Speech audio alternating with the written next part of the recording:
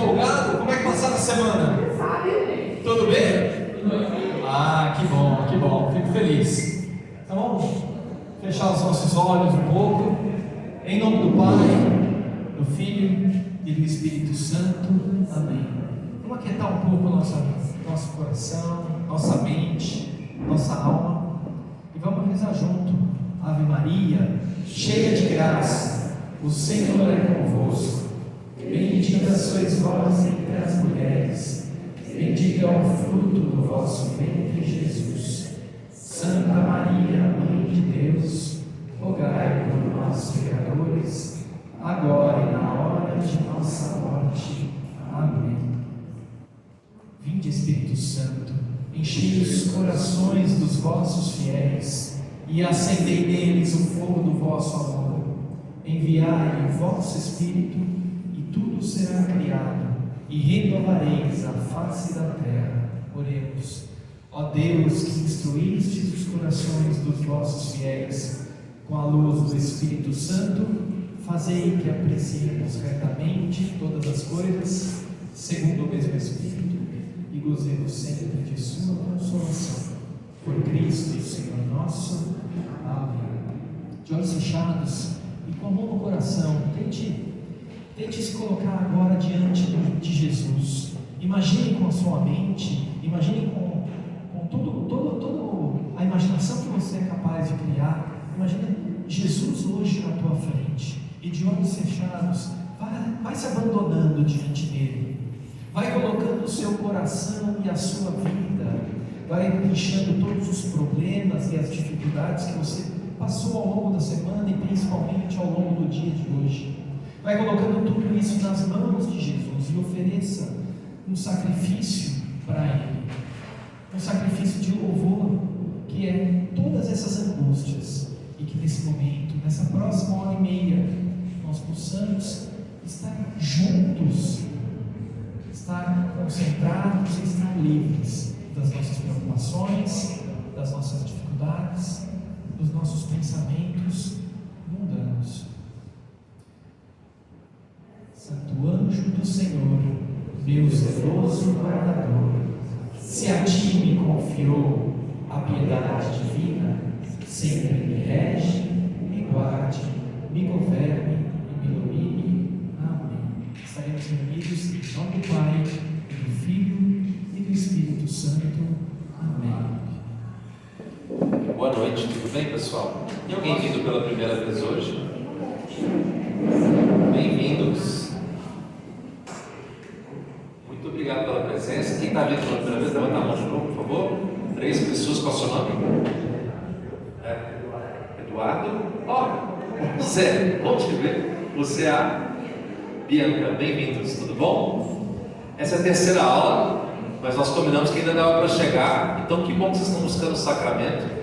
E a gente tem aqui um tema hoje que é a Santíssima Trindade. Nós vamos falar também da Quaresma. E eu vou tentar ser breve para que a gente possa fazer um grupo de partilha no final, tá bom? Mas antes, eu vou fazer... muito obrigado. Mas antes eu vou fazer o que ontem o padre nos pediu para eu fazer, que é pedir para que o meu anjo da guarda se comunique com o seu anjo da guarda, para que haja um canal, não foi isso que ele falou, né? Para que haja um canal direto da graça. Então, Santo Anjo da Guarda, meu anjo da guarda, que se comunique, por favor, pelo poder do Espírito Santo, com o teu anjo da guarda, e assim a gente possa ter realmente um canal livre, uma comunicação direta, sem nenhuma mancha, e a palavra possa ser depositada no seu coração. Ave Maria, cheia de graça, o Senhor é convosco, bendita sois vós entre as mulheres, bendito é o fruto do vosso ventre, Jesus. Santa Maria, Mãe de Deus, rogai por nós, pecadores, agora e na hora de nossa morte. Pessoal, vamos lá. A gente falou na primeira aula sobre como que seria mais ou menos o ano todo, o pessoal se apresentou, a gente começou a falar sobre o credo. A primeira aula foi só sobre o creio, não foi? A gente falou uma aula inteira sobre creio, a palavrinha creio, ou seja, sobre a fé. Depois da segunda aula, semana passada, vai a Débora falar sobre o quê? Tanta coisa, Não entendi. Exatamente, o tripé. Qual o tripé? A tradição, a Sagrada Escritura e o Magistério. Então a nossa igreja ela é apoiada na tradição, na Sagrada Escritura e no Magistério. A nossa igreja já existe mesmo antes da Bíblia ser organizada nesses 73 livros encadernados que a gente conhece hoje. Os primeiros cristãos não tinham a Bíblia na mão como nós temos, mas a igreja já existia. Olha que coisa maluca. Então a nossa igreja é apoiada nesse tripé: a tradição, a Sagrada Escritura, que é a Bíblia, a Palavra de Deus, e o Magistério. Hoje nós vamos falar sobre Deus, Pai, Filho e Espírito Santo. É o mistério da Santíssima Trindade. Agora, antes nós vamos falar um pouquinho de Deus. Quem é Deus? E aí eu vou trazer essa foto aqui, que eu peço desculpa porque me deu essa ideia hoje, eu peguei na internet, no Google. Tanta oportunidade para tirar foto, mas eu peguei no Google.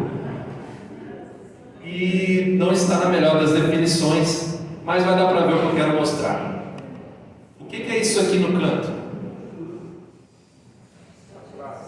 Sacrário.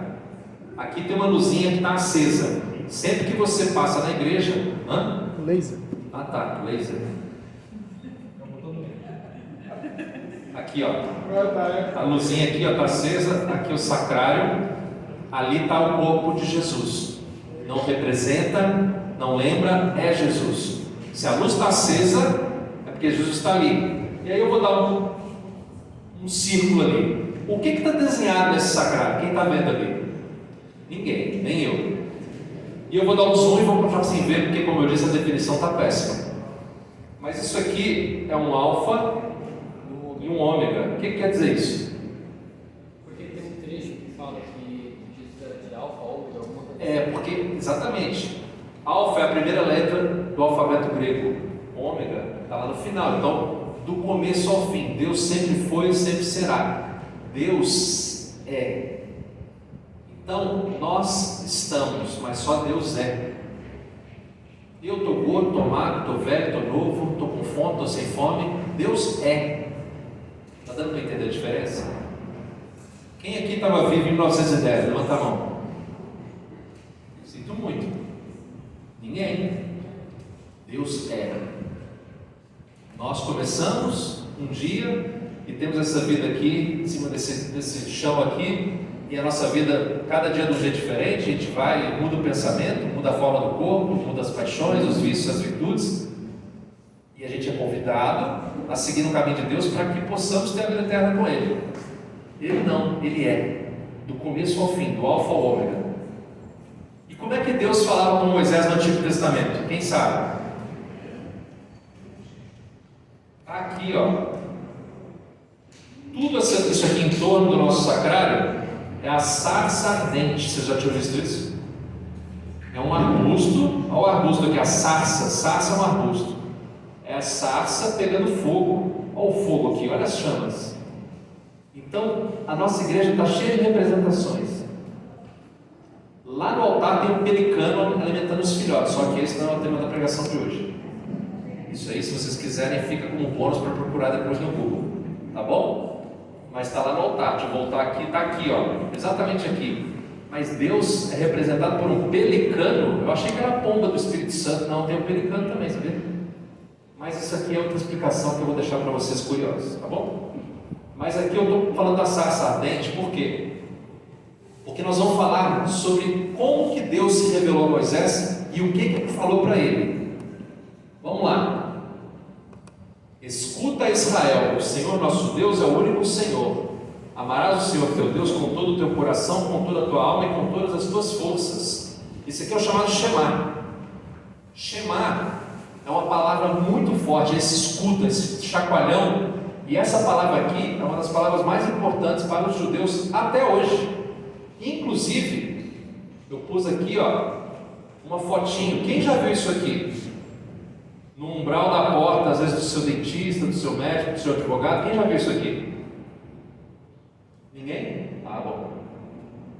Tem que ser tortinho assim, tem que estar dentro dessa cápsula. Isso aqui é coisa dos judeus até hoje, porque eles seguem uma passagem do Antigo Testamento que fala que essa passagem é tão importante que o Shema tem que estar escrito no pergaminho, enrolado e colocado na porta. Você vai lá em Higienópolis, é assim para todo lado, porque tem muito judeu. Essa passagem é uma passagem realmente da fundação da nossa fé.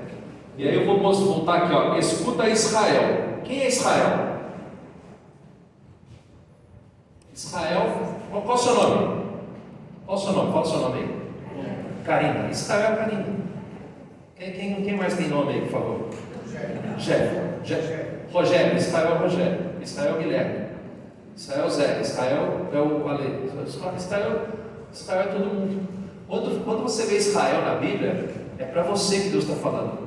Porque o povo eleito é Israel. Nós somos o povo eleito. Nós somos a descendência de Abraão. Então, quando fala Israel na Bíblia, leia com o seu nome. Tá bom? Senão fica parecendo uma coisa histórica. Fica parecendo que a madrasta está falando para a Branca de Neve. Não, é Deus falando para você. Escuta, Rogério. Escuta, Karina. Escuta, Ivan. Escuta, Rony. Escuta, Marcela. O Senhor, nosso Deus, é o único Senhor. E aqui, a gente lê assim correndo, mas tem uma coisa muito importante. Grande parte dos povos daquela época eram politeístas. Inclusive o Império Romano. Inclusive tem uma passagem muito legal de Atos dos Apóstolos, que Paulo viaja para a Grécia, e aí ele vai evangelizar os gregos tinham um monte de estátuas, né? Um para cada deus.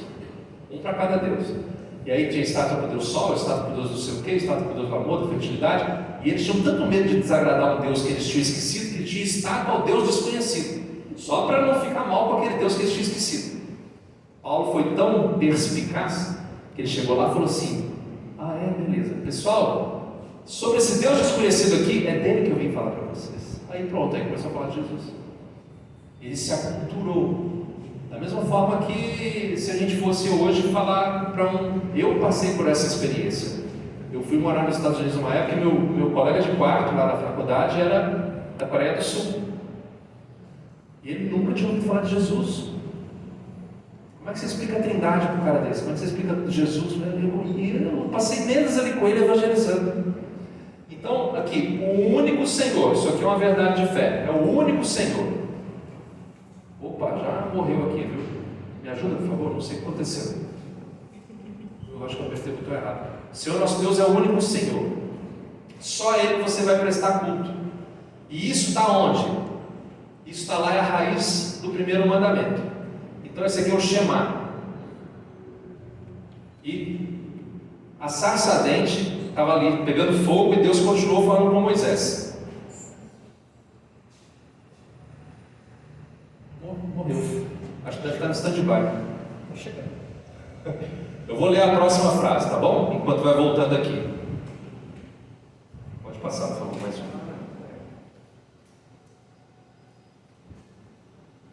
Eu sou o Deus de teu pai, o Deus de Abraão, o Deus de Isaac e o Deus de Jacó. Então, não, isso aí é microfone. Na hora que Deus fala com Moisés, eu sou o Deus de teu pai, o Deus de Abraão, o Deus de Isaac, o Deus de Jacó. O que Deus está falando para Moisés nesse momento?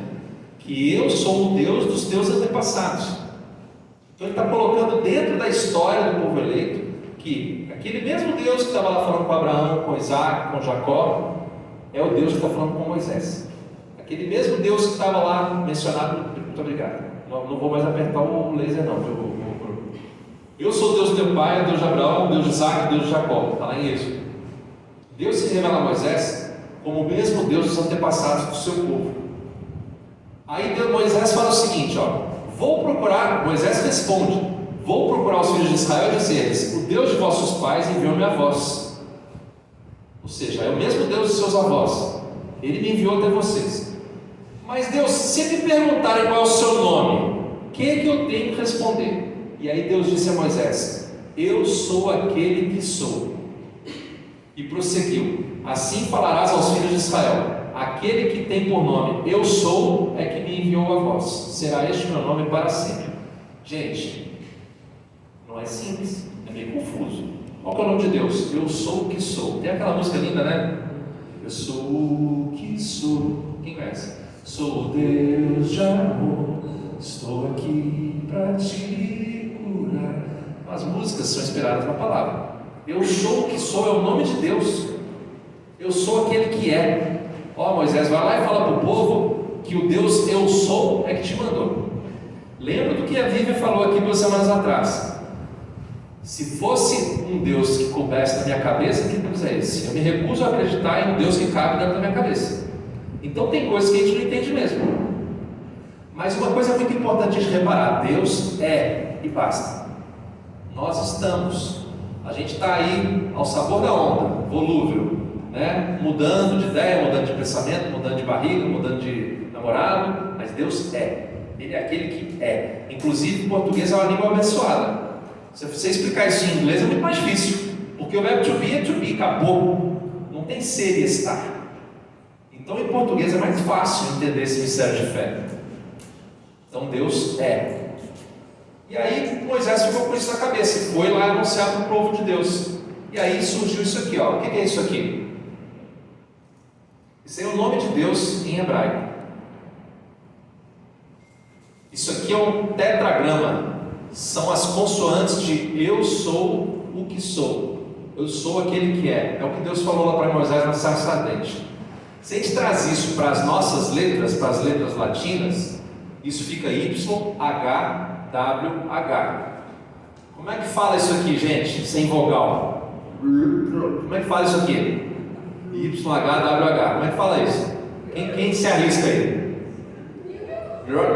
Ó, Javé. Javé, ou Jeová. Daí que surgiu o nome de Deus no Antigo Testamento, dessa palavra. Porque lá em hebreu, é escrito dessa forma, tá bom? E aí traduzido aqui para ficar, gente, isso aqui é uma simplificação danada, tá? Para ficar palatável, para ficar didático. Nas nossas letras, YHWH. Quem já viu a plaquinha lá na cruz de Cristo escrito INRI? Que inclusive tem um cara aí que falou que é o Henri Cristo. Tirou daquilo, não é? O que quer dizer INRI? Não tinha J para eles. O I é o J. Jesus de Nazaré é o Rei dos Judeus. INRI. É a mesma coisa. Então, YHWH, eu sou o que sou. Acredita, tá? É isso. Também acreditei. YHWH, eu sou o que sou. Daqui saiu Javé, ou Jeová, que é a forma como Deus é referenciado no Antigo Testamento. Os judeus, eles acham esse nome tão alto, tão sublime, tão intocável, que eles não mencionam. Eles falam Adonis, ou Elohim, ou no máximo Kyrios. São formas que os judeus mencionam Deus. Eles não citam o nome de Deus, eles só citam o Senhor. Acontece que mesmo Moisés levando isso para o povo, mesmo Deus se revelando, o que o povo faz? Adora imagem. Adora imagem. Faz um bezerro de ouro e fica ali, ó Senhor, porque não basta um Deus que se revela, que é amoroso, que mostra que quer se deixar encontrar. O povo mesmo assim cai, o povo mesmo assim o trai. Então Deus tem que começar a ter paciência com esse povo, e Deus vai mostrando as suas características para esse povo, para Moisés e para o povo. Quais são essas características? Deus é perdão, Deus é verdade, Deus é amor. Porque se não fosse com perdão, com verdade, com amor, a gente não conseguiria subsistir a um Deus que está vendo o nosso pecado o tempo todo, a nossa inconsistência, a nossa inconstância, e Ele lá só esperando que a gente corresponda, mas Ele tem que ser perdão. E Ele perdoa e perdoa e perdoa. Aliás, eu falei isso aqui no primeiro dia. Quem é você para achar que pode fazer um pecado maior do que a misericórdia de Deus? Você é mauzão mesmo? Não, a misericórdia de Deus é maior. Agora, por outro lado, de Deus não se zomba também. Que é negócio assim, vou pecar porque depois eu confesso. Não, esse negócio de pecadinho premeditado é zoeira, né? Com Deus. Então Deus vai se revelando. Qual é o nome de Deus? Eu sou o que sou. Esse é o nome de Deus que está aqui, ó. Eu sou o que sou. É isso aí. Vocês já entenderam? Se alguém perguntar, vocês já sabem o que é isso, não sabem? Eu sou o que sou. E aí Deus vai se revelando. E hoje a gente é batizado em nome do Pai, do quê? Do Espírito Santo. E de onde surgiu a Trindade? De onde surgiu? Não, ela sempre existiu. Tem gente que acha que a gente inventou, tem gente que acha que um nasceu do outro, que um nasceu antes do outro. Tanta heresia. Isso foi tudo mais pacificado lá no quarto século, no concílio de Nicéia e depois no concílio de Constantinopla. Porque no começo do cristianismo tinha um monte de heresias. Mas hoje a gente é batizado no nome do Pai, do Filho e do Espírito Santo, e o mistério da Santíssima Trindade é o mistério central da fé cristã. O Pai é revelado pelo Filho. O Pai e o Filho são revelados pelo Espírito. Uma das maiores funções, missões de Jesus ao pisar na terra foi revelar o Pai. Porque esse Deus eu sou que sou, esse Deus Jeová, esse Deus Javé, era um Deus mais distante, era um Deus às vezes mais duro. E Deus Pai foi revelado em toda a sua grandeza de amor através do Filho, que mostrava quem que era o Pai, né? A gente até fala que a árvore se conhece pelos frutos. Então Jesus veio falar do Pai, e depois o Espírito Santo no meio de nós, hoje, ele revela as verdades do Pai e do Filho, porque nós somos templo do Espírito Santo. Tem aquela musiquinha, não sabeis, sois o templo, vós sois o templo que habita Deus. Então nós somos templo do Espírito Santo. O que é pericorésia? Pericorésia é um termo que fala que onde está uma pessoa da Santíssima Trindade, estão todas. Então não tem essa de, o Espírito Santo está aqui, Jesus está também, Deus Pai está também. Entendeu? Então a gente tem que ter essa noção de que eles são indissociáveis. Onde está um, estão todos. E essa figurinha aqui mostra muito bem, ó. Eu esqueci de pôr a figurinha. Deixa eu ver se eu pus a figurinha. Aqui, ó, é isso aqui, ó. O Pai é o Espírito Santo? Não, honest. É latim, mas dá para entender, né, gente? Convenhamos. O Pai é o Espírito Santo? Vamos responder. O Pai é o Espírito Santo? Não. O Pai é o Filho? O Filho é o Espírito Santo? O Pai é Deus? O Espírito Santo é Deus?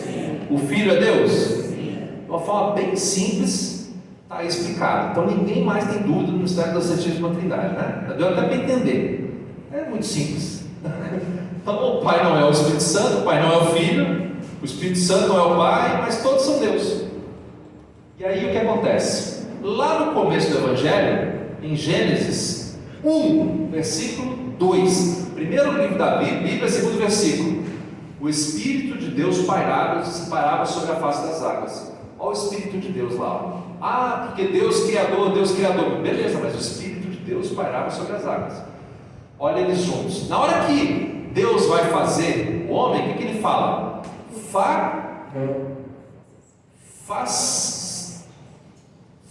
Ninguém vai falar. Não é fácil. Façamos o homem a nossa imagem. Façamos quem? Quem que estava lá na galera com Deus aí? Quem que estava lá? O Pai, o Filho e o Espírito Santo.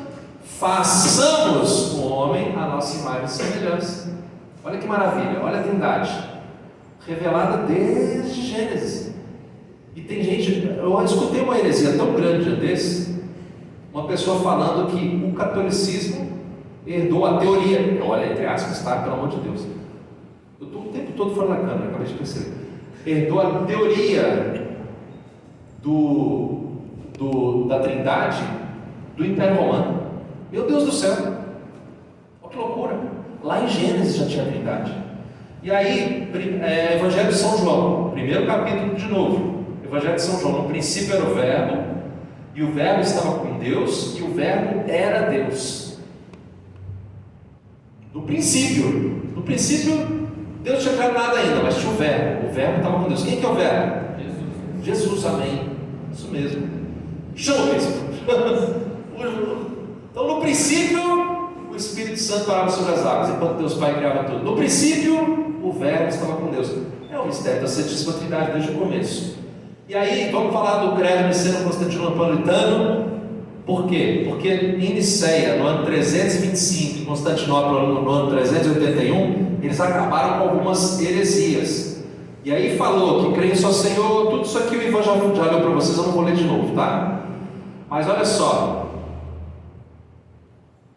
Senhor Jesus Cristo, Filho unigênito de Deus, nascido do Pai antes de todos os séculos, Deus da luz, gerado, não criado, consubstancial ao Pai. Então o Pai, o Filho e o Espírito Santo têm a mesma substância. Eles todos são Deus. Desse credo aqui, por incrível que pareça, eu vou falar uma coisa que às vezes é difícil de entender. Desse credo nasceu o conceito da palavra pessoa. Está escrito aqui, ó, definição de pessoa. Até o século IV, nenhuma língua exprimia a definição da palavra pessoa como nós conhecemos hoje. Era tudo povo e nós fazemos parte do povo. É que nem bicho. Eu sou parte do povo, todo povo, o povo vai para lá, eu vou, o povo vai para cá, eu vou. Então, o que é uma pessoa? É um ser único, que tem sua própria vontade, que tem sua própria vida, que tem sua autonomia, que tem sua dignidade. Isso é pessoa. A Igreja Católica trouxe o conceito de pessoa para a humanidade, para conseguir definir a Santíssima Trindade. Porque esse conceito não existia em nenhuma língua. Esse conceito surgiu para conseguir definir o que é a Santíssima Trindade. Porque é um só Deus em três pessoas.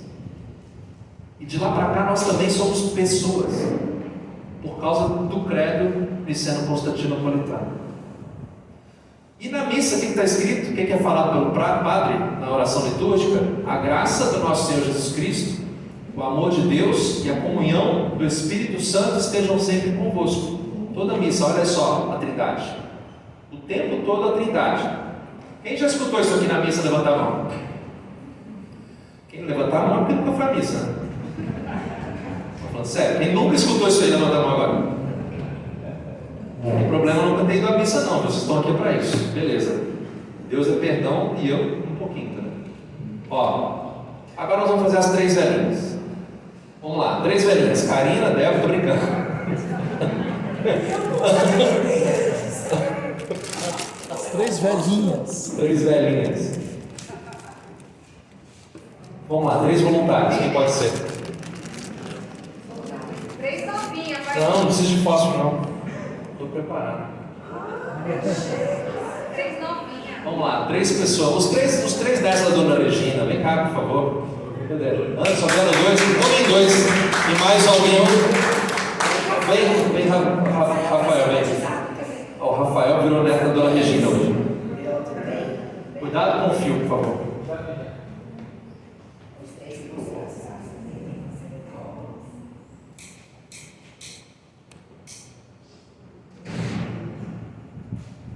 Tá filmando, Bruno? Tô.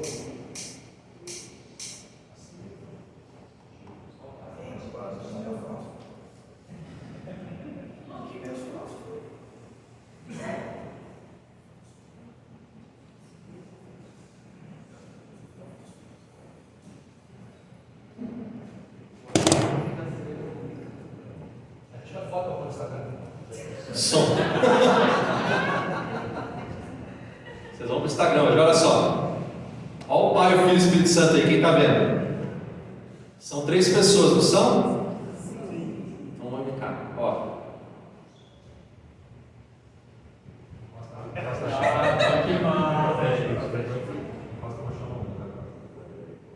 Olha as três pessoas em uma. Salve de palmas.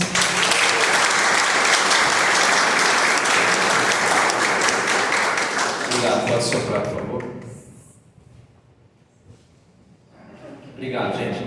Teve um padre amigo meu que sempre que a gente soprava a vela, ele tinha que falar no final: pode assoprar a chama, mas não se apague no seu coração a chama da esperança em Cristo Jesus. Sempre que a gente apagava qualquer vela, o ano inteiro ele falava essa frase. Então, é uma forma também didática, visual, da gente ver a Santíssima Trindade. Eu peço desculpa porque meus recursos didáticos vieram até aqui. Daqui para frente, o mais que você vai aprender vai ser face a face, porque aí não vai ter mais mistério. Um dia a gente vai estar com Ele, essa é a nossa esperança. Aliás, tem uma pregação aqui sobre céu que mostra justamente qual que é a esperança do cristão. É para lá que nós temos que buscar Ele. Jesus disse aos discípulos que enviaria o Paráclito. O que é Paráclito? Paráclito é o ajudador, o auxiliador, aquele que ajuda, o advogado nosso. E cumpriu sua palavra em Pentecostes. Inclusive, na hora que Jesus ressuscitou, quem foi uma das primeiras pessoas que viu Jesus ressuscitar? Foi Maria Madalena. Na hora que Maria Madalena viu Jesus ressuscitado, ela veio correndo para abraçar ele. O que ela falou? O que Jesus falou? Jesus falou assim: calma, você já sabe, calma, Maria. Não é assim ainda que eu vou ficar com vocês, não, calma. Ele deu aquele que ele chega para lá nela, por quê? Porque porque já era um prenúncio de que ele iria mandar o Espírito Santo. Ele iria subir e iria enviar o Espírito Santo em Pentecostes. Porque no Antigo Testamento o Espírito Santo vinha até o profeta profetizava e o Espírito Santo voltava. Era aquele momento ali de profecia. Em Pentecostes o Espírito Santo foi derramado sobre toda a criatura.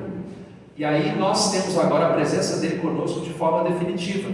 E nós somos templo do Espírito Santo. E nós precisamos aumentar, transbordar essa presença do Espírito Santo em nós. E por isso nós estamos aqui buscando o sacramento da Crisma. Aqui quem está no Pentecostes? Quem está aqui? Os discípulos e Maria, reunidos lá no cenáculo, como Jesus pediu, continuem reunidos no cenáculo. É muita coisa que eu estou falando aqui que está na Bíblia, está tudo na Bíblia, tá, gente? São passagens bíblicas do Antigo e do Novo Testamento. Não, Maria é mãe de Jesus. Maria é mãe de Jesus, está aqui no meio. Rainha dos apóstolos, mãe da igreja. Ela está aqui nos primórdios, fundando a igreja. Bom, até aqui eu falei de... Nossa, foi rápido. Até aqui eu falei da Santíssima Trindade. Alguma dúvida? Quais são as... Não, pode falar. Eu queria compartilhar uma coisa que eu vi me passando, eu achei muito bacana. Sabe aqueles brinquedinhos de criança que o bebezinho tem que acertar as formas? Uma das formas que geralmente tem esse joguinho é de um triângulo. E o que me passaram é que assim, cada uma dessas faces, você poder fazer para dessa peça com a Santíssima Trindade. No que se basearia essa comparação? Cada uma das faces laterais dessa peça é uma das 3 pessoas. Amém. As 3 faces são diferentes. Elas nunca vão ser as mesmas, nem vão estar no mesmo lugar. Mas as 3 são partes da mesma peça. Isso aí. O que eu achei bacana que dividiu no filme passado. E o triângulo, é interessante essa forma, eu sou engenheiro. É uma forma geométrica que não se deforma. Se você pegar, imagina só que você tem 3 gravetinhos com roldanas na ponta. Roldana, tipo assim, um brinquedinho de abrir e fechar, entendeu? Se você tem um quadrado, você aperta ele para o lado, entendeu? Se você tem um pentágono, você aperta ali e ele se deforma. O triângulo não. O triângulo ele é indeformável. Não tem como. Porque um suporta um lado, suporta o outro.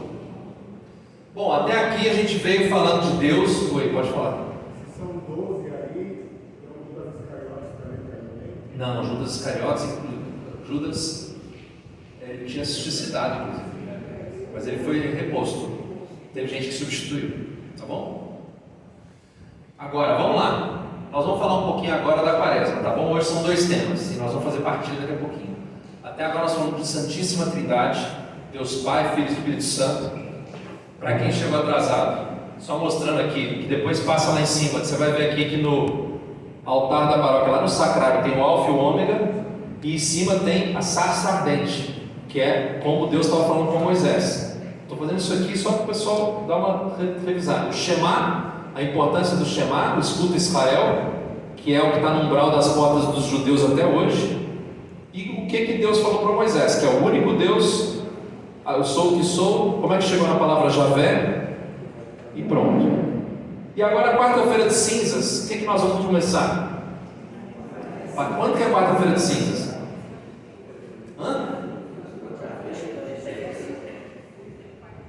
Esse ano está no dia 22 de fevereiro, tá? Tem um cálculo da Páscoa, que tem a ver com a lua, que tem a ver com a colheita, que tem, depois você volta a 40 dias, tem a Quaresma, mas não é esse o tema para hoje. A Quaresma vai começar na quarta-feira que vem, tá bom? Então a Quaresma é tempo de quê? Onde vocês estão sabendo? Como é que vocês estão sabendo disso? Onde vocês estão vendo aqui a caridade, pode também falar, tem gente que fala esmola. Esmola, oração e jejum, ou caridade, oração e jejum, tá bom? Esse é o tripé da nossa atitude na Quaresma. Deve ser o tripé da nossa religião durante toda a vida, mas a gente acentua isso na Quaresma, tá bom? Eu tô doido aqui. E o que é a Quaresma? Ó, tempo de conversão, eis o dia da salvação. Ao Pai voltemos, juntos andemos, eis o tempo da conversão. O que quer dizer Quaresma? Quaresma quer dizer 40ª. Vem do latim para designar um período de 40 dias que antecede a festa da Páscoa, a ressurreição do Senhor. Ok? E aí a gente tem 40 dias, esse número 40 aparece várias vezes na Bíblia. Cerca de 200 anos após o nascimento de Cristo, os cristãos começaram a preparar a festa da Páscoa com 3 dias de oração, meditação e jejum. Por volta de 350, a igreja aumentou o tempo de preparação para 40 dias, assim surgiu a Quaresma. Então começa na quarta-feira de cinzas e a cor é o roxo. Gente, nossa, tem uma crase horrorosa ali errada. O que é o roxo? O roxo é a cor do tempo litúrgico da Quaresma, assim como o verde é a cor do tempo comum. E na Quaresma, todas as imagens da igreja são cobertas de pano roxo. Eu sou ministro de música. Na Quaresma a gente não canta o aleluia. Então vai chamar o evangelho, na liturgia a gente canta o quê? São belos os belos, ou canta fala Deus, então qualquer outra palavra de fala que teu servo escuta, qualquer coisa assim, mas não canta aleluia. Por quê? Porque a gente está, imagina você quando você está na agonia fazendo uma dieta, porque você sabe que só pode comer no dia da festa. Você está naquela agonia ali, sofrendo, esperando o dia da festa. É assim, a gente tem que esperar o dia da festa para gritar um grande grito de aleluia no sábado de aleluia, que é uma das missas mais lindas do ano, que é no sábado à noite, já na véspera do domingo de Páscoa.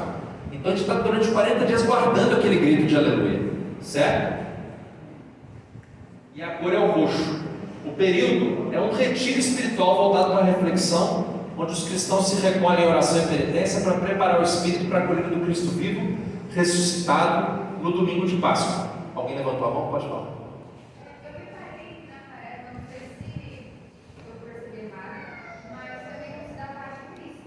Não, dá sim, mas acontece que hoje em dia é resquício da pandemia, o pessoal não está dando. Dependendo da igreja dá. Isso aí é resquício da pandemia. Eu entre a minha família ali, eu dou a paz de Cristo assim, mas eu tenho muitos padres que não incentivam. Pode falar aqui. Desculpa, gente. A paz de Cristo, na verdade, antes da pandemia, faz uns 3, 4, 5 anos antes da pandemia, teve uma mudança na liturgia. Antes era dada a paz de Cristo na hora do Cordeiro, né? Um pouquinho antes do Cordeiro. Depois fizeram um pequeno ajuste que fica depois da bênção final. Então, depois que termina a missa, você dá a paz de Cristo. Então, houve essa pequena mudança, tá? Mas pode ser usado tanto antes do Cordeiro quanto no final da missa. Tanto faz. Eu só sei que eu dou um beijinho na minha esposa na hora do Cordeiro. Um pouquinho antes, na verdade, aí depois a gente canta o Cordeiro. Faço uma cruzinha na testa dos meus filhos. Se quiser continuar dando a paz ali intimamente, mas como o Ivan me explicou, é no final. Ok? É muito bom ter ministro da Eucaristia aqui, que eles sabem muito sobre liturgia. Olha só. Então, um momento de oração. E olha o número 40. O número 4 simboliza o universo material. Nada é relatado nas passagens. Olha só. Na Bíblia tem 40 dias do dilúvio. Quem se lembra dos 40 dias do dilúvio aí? De Noé, com a família dele e os animais. 40 dias. 40 dias de quê? De pesar, de dificuldade, de renúncia, de fé, para chegar finalmente num lugar onde tudo aquilo ia passar. 40 anos de peregrinação do povo judeu pelo deserto. 40 dias de Moisés e Elias na montanha. E 40 dias que Jesus passou no deserto, antes de começar a sua vida pública. Tudo isso 40. Então a gente é convidado a reviver esses 40. Esses períodos vêm sempre antes de fatos importantes e se relacionam com a necessidade de ir criando um clima, dirigindo o coração para algo que vai acontecer. Então o convite que a gente faz hoje é que nós vivamos bem a Quaresma. Nós estamos com um desafio aqui, esse ano, como a gente fez no ano passado, de intercalar todos os temas do Catecismo da Igreja Católica. Obrigado. Do Catecismo da Igreja Católica. Então a gente começa pelo Credo, nós também vamos ver os mandamentos, nós vamos ver tudo que está aqui, mas a gente vai intercalando cronologicamente, nos dias corretos, a liturgia do ano, tá bom? Para a gente poder viver de uma forma mais rica a liturgia. Por isso que essa palestra de quaresma caiu hoje. Se fosse daqui 2 semanas, o início da quaresma, se daqui 2 semanas fosse o tema que fosse. Então a gente vai encaixando a liturgia ali para vocês ficarem atentos e viverem com mais riqueza. Tá bom? O que os cristãos têm que fazer? A Igreja Católica propõe, por meio do Evangelho proclamado na quarta-feira de cinzas, 3 grandes propostas. A oração, como experiência de fé e gratuidade para pedir a Deus força e nos convertermos para viver o Evangelho e permanecermos no bom caminho. O que é oração, gente? A nossa conexão. Tem oração com a leitura orante da Bíblia, tem oração com texto, tem oração dos salmos, tem oração, tantas orações aprendidas que a gente tem leituras para nos guiar na oração, tem a oração que brota do coração e a gente fala do jeito que a gente quiser. Eu tenho um amigo, o Taquinho, que fala cheio de gíria. A gente fazia um acampamento lá na igreja, lá em Belo Horizonte, onde eu morava, então todo mundo falava aquelas orações bonitas, aí ele vinha falando do jeito dele. Oh Deus, se rolar de não chover hoje vai ser bom. Ele falava tudo assim, como se estivesse falando com um brother dele. E isso é ótimo, uma oração sincera. De onde surgiu a palavra sincera? Diz que caiu uma imagem lá na Itália, quebrou o nariz, e aí o artesão, para o padre não ficar chateado, foi lá e colocou uma cera de vela e pintou por cima. Então a imagem não estava mais íntegra, ela estava com cera. Então a gente tem que ter uma oração sem cera, sincera, ou seja, íntegra, sem coisas para disfarçar. Ele sonda o seu coração, ele sabe que tudo está aí, como está lá no Salmo 139, não tem como esconder. Então é por isso a gente não se derramar. Ele sabe tudo que está no seu coração. Se a gente se derramar, ele vai até revelar o que você precisa, porque ele sabe mais do que a gente o que a gente precisa. Então, uma oração, esse é o momento de oração. Se você está com algum propósito, se você está querendo um terço diário, se você está com um propósito de novena, se você tem um propósito de fazer um grupo para rezar junto, não tem momento melhor do que na quaresma. E você pode colocar intenções, né? A oração pode ser de gratidão, de louvor, a oração pode ser de intercessão por outra pessoa, a oração pode ser de súplica. Inclusive, a missa, ela segue uma ordem de orações. A gente não começa a missa pedindo, ai meu Deus, me dá. Tem alguns cultos evangélicos assim, né? Ai meu Deus, a gente precisa, me dá, e aí vai lá, e aí já passa a sacolinha, é bem desconexo. Não, a oração começa com louvor. Até a dica que eu te dou, não tem que ser tão legalista, tá? Mas é legal que você comece uma oração com louvor. Louva a Deus, porque você está se colocando no lugar que você tem que se colocar e colocando Deus no lugar que Ele tem que se colocar. Começa com louvor. Aí depois, sim, você passa por uma súplica, por uma intercessão e termina com uma oração de gratidão. É uma sequência mais lógica. A missa começa, inclusive, com um pedido de perdão. Né? Olha como é que tem sentido. A gente se purifica, a gente coloca a Deus no lugar dele, depois é que a gente tem a coragem de pedir alguma coisa. O próprio Pai Nosso é assim, ó. Pai Nosso. O meu padre lá em Belo Horizonte, ele era franciscano, então ele era cheio de simbologias franciscanas. Ele gostava de rezar o Pai Nosso assim, depois o Pão Nosso ele fazia assim, abrindo a mão para receber. Porque a primeira parte é louvor, ó. Pai Nosso que estás no céu, santificado seja o vosso nome. Venha a nós o vosso reino, seja feita a vossa vontade, assim na terra como no céu. E agora que a gente vai pedir, ó, o pão nosso, aí humilde, o pão nosso de cada dia nos dai hoje. Perdoai as nossas ofensas, assim como nós perdoamos a quem nos tem ofendido, não nos deixeis cair em tentação, mas vai do mal. Ok? Aliás, só a diquinha, na missa não se fala amém no final do Pai Nosso, tá? Porque o padre continua a oração. Só lá na frente que tem um amém.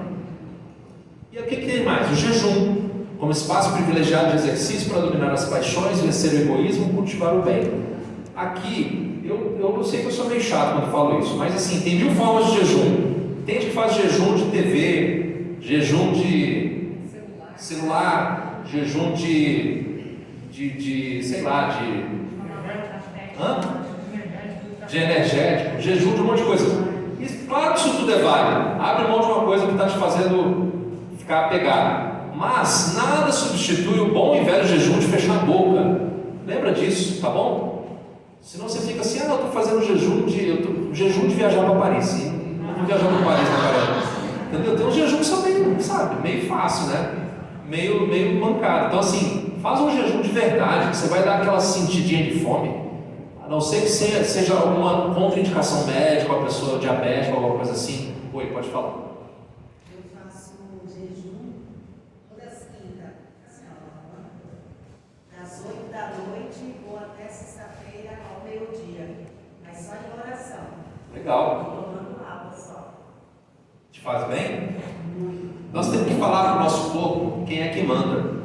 Diz que tem aquela história dos dois lobos, né? O marrom e o cinza. Não vou falar preto e branco, porque senão vou falar que estou sendo racista, mas tinha o marrom e o cinza. Aí diz que um lobo estava querendo brigar com o outro. E o dono estava lá querendo saber qual lobo que ia ganhar. Qual lobo que vai ganhar? Aquele que o dono alimentar melhor. A mesma coisa na nossa vida. Nós temos uma disputa entre a carne e o espírito. Qual que vai ganhar? Aquele que a gente alimentar melhor.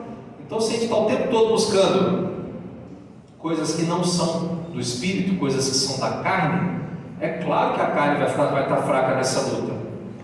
E eu vou te dizer uma coisa: muitas vezes a gente se gaba de não pecar.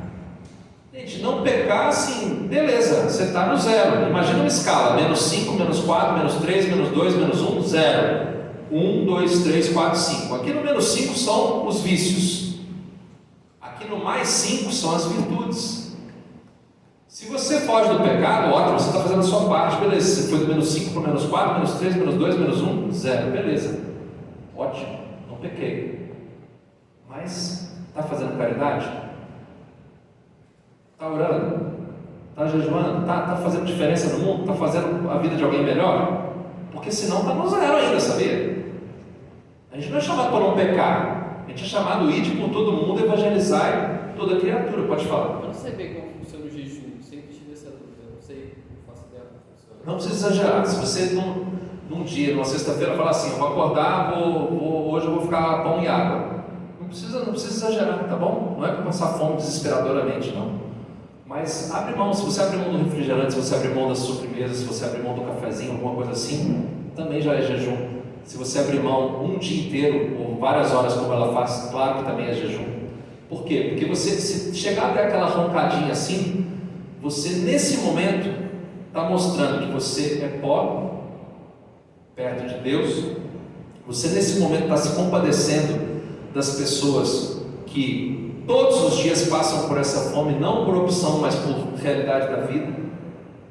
Nesse momento, você já passou pela experiência de ter um sofrimento? Por exemplo, eu tive um sofrimento em casa, não queria nem falar isso sem a Vivian estar aqui, mas enfim, a gente perdeu o nosso filho natimorto de 8 meses, o Rafael.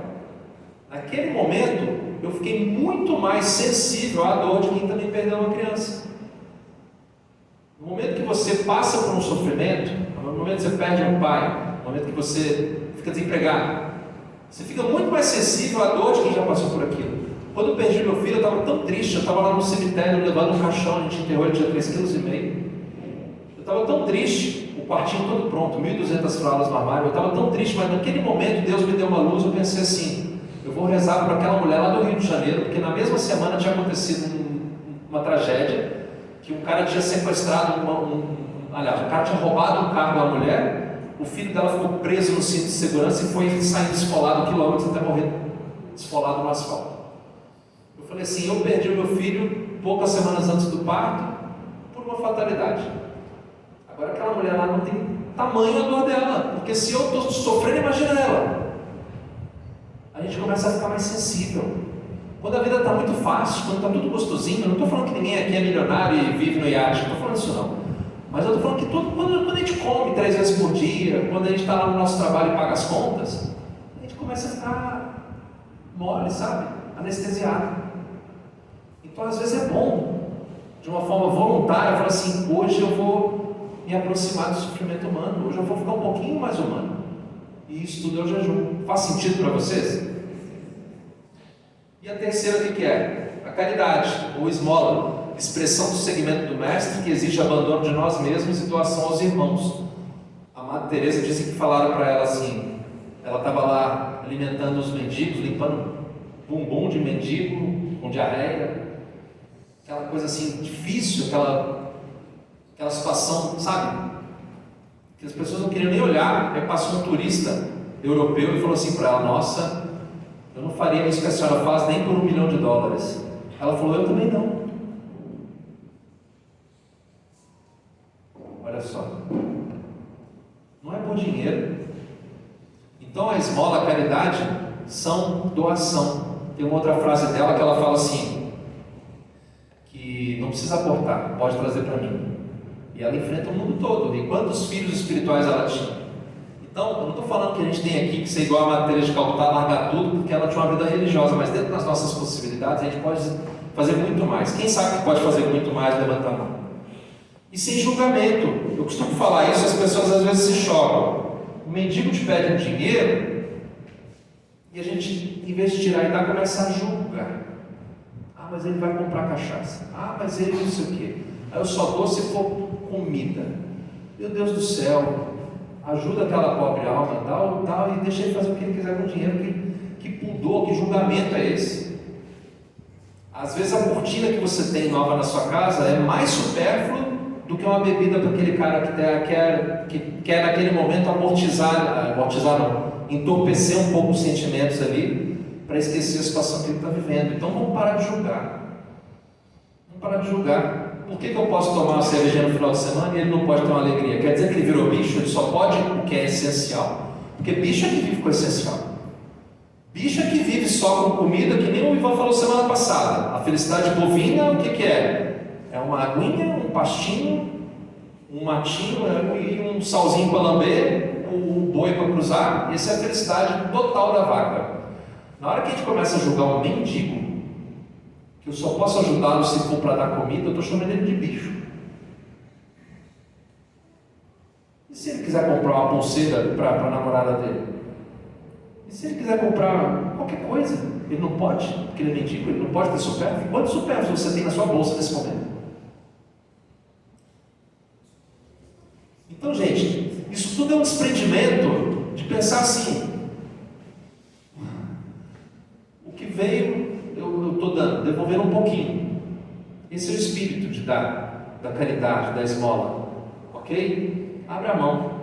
Nessa quaresma que a gente possa ser mais generoso. Ô Guilherme, oi? A caridade, ela não está só nas coisas materiais, né? Você dá dinheiro, dá comida, enfim, não está só nisso, né? Às vezes não, a maioria das vezes, uma palavra, uma conversa com um mendigo, sabe, com uma pessoa, as pessoas passam e simplesmente ignoram, mas às vezes 2 minutos de conversa, nossa, você não sabe a diferença que faz na vida daquela pessoa. Ela às vezes nem quer comida, ela quer conversar. Ela não tem mais esse hábito. Eu passei na Praça Pan-Americana um dia desse, e aí o cara assim, estava todo sujo, curvado, com a calça lá no joelho, aparecendo com aquela coisa assim que você quer passar longe sem olhar. Aí ele chegou na janela, eu abri e dei uma nota para ele, e ele deu um sorrisão e falou assim: Deus te mandou aqui hoje, graças a Deus. Peraí que eu vou te apresentar minha filha. Eu encostei o carro, o cara trouxe a filha dele para eu ver. A filha dele estava numa situação pior do que ele, uma menina de uns 15 anos. Eu vi a minha filha lá, que tinha a mesma idade. Eu fiquei lá uns 2 minutos conversando com eles, até a hora que não dava mais, o pessoal começou a buzinar. Mas assim, ele gostou mais da conversa do que do dinheiro, é verdade. Uma vez eu estava com a Bíblia dormindo. Não, gente, eu não estou sendo exemplo de nada não, tá? Mas o tema da pregação é esse, desculpa. Todo mundo aqui tem exemplo para dar, tá? Não sou melhor que ninguém. Mas eu estava com a Bíblia um dia no inverno de São Paulo, estava, sei lá, 8 graus. A gente não tinha filho ainda. Aí a gente falou assim: nossa, tem gente na Praça da Sé nesse momento sem roupa. E a gente levantou, abriu o armário, começou a pegar a blusa que a gente não usava e foi para lá para dar. Determinado momento, na hora que eu abaixei e fui dar uma blusa minha para um senhor lá, ele olhou para mim, eu vi o rosto do meu pai. Um senhor com os olhos iguais do meu pai, com a idade do meu pai. E eu perguntei o nome dele, ele falou o nome inteiro: Fulano da Silva, não sei o que, ele falou o nome inteiro. Sabe aquele negócio de ter identidade, de ser enxergado como uma pessoa? Ele deu um sorrisão, eu falei assim: meu Deus do céu. E a gente passa de longe e são números, né, passando na nossa frente. Então, o que você puder fazer, começa na quaresma, que vai ser muito bem-vindo. São Leão Magno escreveu: não vos prescrevemos o jejum, lembrando-vos só da abstinência. Desculpa, nós vos prescrevemos o jejum, lembrando-vos não só a abstinência, mas também as obras de misericórdia, que é o que o Bruno falou. Desse modo, o que tiverdes economizado nos gastos normais se transforma em alimento para os pobres. E agora eu vou explicar para vocês de onde vem a cinza. A gente já está terminando. Lá. Tá, eu te passo. Olha só. Antigo Testamento. O pano de saco e as cinzas eram usados nos tempos do Antigo Testamento como um símbolo de degradação, luto ou arrependimento. alguém que quisesse mostrar seu coração arrependido frequentemente usava pano de saco, sentava-se em cinzas e colocava cinzas em cima da sua cabeça. Davi, Jacó, Esther, os ninivitas, Ezequiel, Acabe, ancião de Jerusalém, Daniel, são algumas das pessoas que fizeram isso em algum momento, porque estavam arrependidos, porque queriam passar por aquela situação, se imolar, porque tinha passado por um vexame, porque estavam pedindo perdão. O que eles faziam? Eles se cobriam de sacos, colocavam cinzas na cabeça e faziam aquilo de forma pública, para que todo mundo soubesse que ele estava ali arrependido, estava se martirizando. Mas não é bem para martirizando, estava se arrependendo. O pano de saco e cinza eram usados como um sinal externo da condição interna de quem os usava. É um sinal externo de uma condição interna. Tal símbolo tornava visível a mudança de coração e demonstrava a sinceridade do sofrimento e ou do arrependimento. Então a pessoa está sofrendo, está arrependida, vai mostrar na praça pública que está passando por aquilo. Mas olha, isso é muito importante. Não foi o ato em si de colocar pano de saco e cinzas que movia Deus a intervir, mas a humildade que tal ação demonstrava. Então, se eu vier na quarta-feira de cinzas, puser a cinza e começar a sair por aí todo felizão, olha como eu sou o católico. Então, assim, não é o espírito, né? O perdão de Deus em resposta ao genuíno arrependimento é celebrado pelas palavras de Davi: converteste o meu pranto em foguetos, tiraste o meu pano de saco e me cingiste de alegria. As cinzas utilizadas durante a missa da quarta-feira de cinzas vêm de onde? Elas são os ramos do domingo de Ramos do ano passado queimados. Vocês devem ter, algumas pessoas que já estão no grupinho aí há algumas semanas, devem ter recebido uma mensagem da Débora pedindo: quem tem ramos abençoados do domingo de Ramos do ano passado, traga para a igreja. Aí o que acontece? Esses ramos são queimados e as cinzas obtidas são abençoadas com água benta e recebem incenso como aromatizante. Então o mesmo povo que no domingo de Ramos está lá, mantos e palmas espalhando vai o povo alegre de Jerusalém. Uma semana depois está crucificam, solta Barrabás, crucificam o mesmo povo. Você vê como a gente é inconstante. Só Deus é, nós estamos, e a gente é convidado para ser com Ele. A gente tem que parar nesse vai e volta, se converter. O que é converter? É mudança de rumo. Curva à esquerda. Quem já estudou legislação para tirar CNH aí? Curva à esquerda, conversão à esquerda, conversão à direita. Então essa é conversão, é mudança de rumo. A gente tem que se converter. E quaresma é tempo de conversão. Todo mundo é convidado para vir a quarta-feira de cinzas. Os horários da missa são esses aqui na nossa paróquia. Já vou passar, mas antes, só terminando. A quaresma, esses 40 dias, vamos levar a Semana Santa, que é tema de outra pregação, outra palestra, outra aula. Aí a Semana Santa, como o próprio nome diz, é uma semana.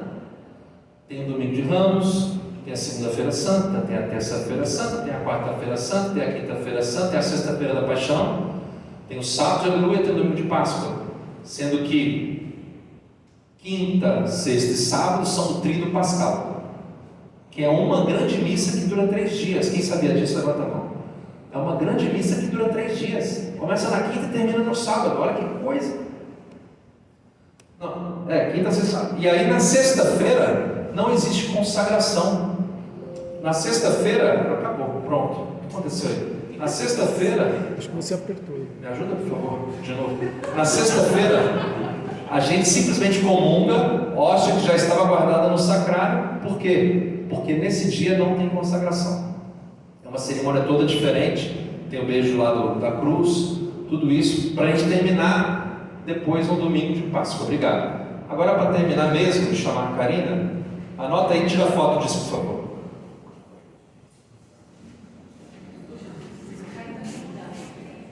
A Karina já mandou no grupo, mas tira a foto, por favor.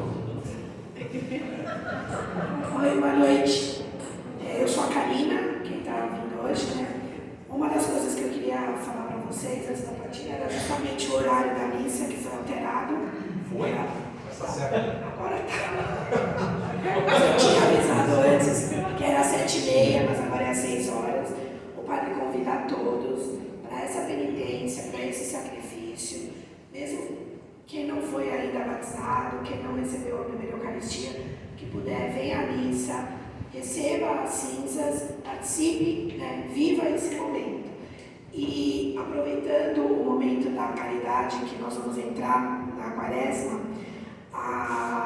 os vicentinos, as irmãs vicentinas que ajudam com a doação da cesta básica, têm pedido na missa para que quem puder, quem tocar o coração, fazer, aproveitando que vai ter um jejum, faça uma doação de alimentos, tragam aqui para a igreja, porque toda quarta-feira, a última do mês, a igreja costuma distribuir as cestas básicas e com as festas de final de ano, as férias, todo mundo fora, as doações caíram bastante. Então, a nossa paróquia aqui chegou a entregar 1.400 cestas básicas e da última vez faltou, né, tem fila que vai até a avenida, cruza o Itaú ali e tiveram famílias que não conseguiram receber a cesta. Então, aproveitando esse momento na Quaresma de caridade, eu venho aqui pedir, né, escuto os recados, então estou fazendo esse comunicado aí para vocês. Aí a igreja pede para nós a abstenção de carne vermelha nesse dia, tá bom? Acho que todo mundo já sabe, mas não custa reforçar. Era outro recado, né, que o jejum, eu sei que muitas pessoas, né, nós temos gestantes, tem uma outra moça que hoje infelizmente não pôde vir, que faz hemodiálise e também tem uma série da dieta alimentar, mas quem puder na sexta-feira se abster de carne. Na quarta, mas nas sextas-feiras até. Na quarta-feira sim, e nas sextas-feiras até a Páscoa, né? Todas as sextas-feiras, se possível, se abster. Né? Então, é errado na minha casa também, né? Fazia aquela comida, aquele bacalhau maravilhoso, tudo, e na sexta-feira, na sexta-feira santa, não é isso que a gente tem que fazer, né? É um jejum mais profundo ainda. Mas isso vocês vão ter mais pra frente. Então eram esses os recados, tá? Vocês vão agora. Quem entrou agora, que ainda não está no grupo do WhatsApp, eu recebi as fichas. Vocês vão ser convidados a participar de um grupo geral, onde eu mando os recados, a gente manda recados do padre, alguma alteração no curso, e também vão fazer parte do grupo do seu monitor, da sua cor. Então, nós temos 7 grupos que vocês vão partilhar as experiências das aulas, vão conversar, como agora vocês vão ser divididos. Então, eu só gostaria que quem veio hoje pela primeira vez e a semana passada fique separado para que eu possa direcionar, para a gente não ficar um grupo muito cheio e outro grupo meio vazio, tá bom? Muito obrigada, é um prazer ter vocês aqui.